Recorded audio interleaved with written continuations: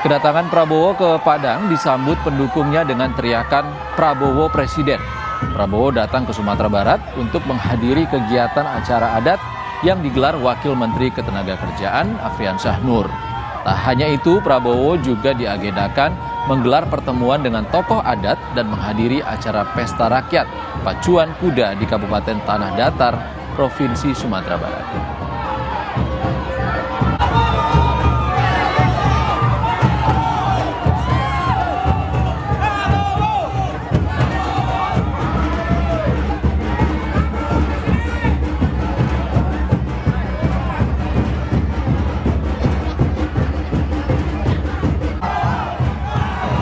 Itu beliau akan kembali ke hotel.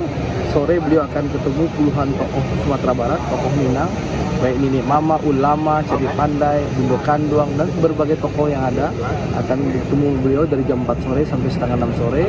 Nanti jam 7 sampai jam 8 malam acara temu kader, dan jam 8 sampai jam 10 acara bebas.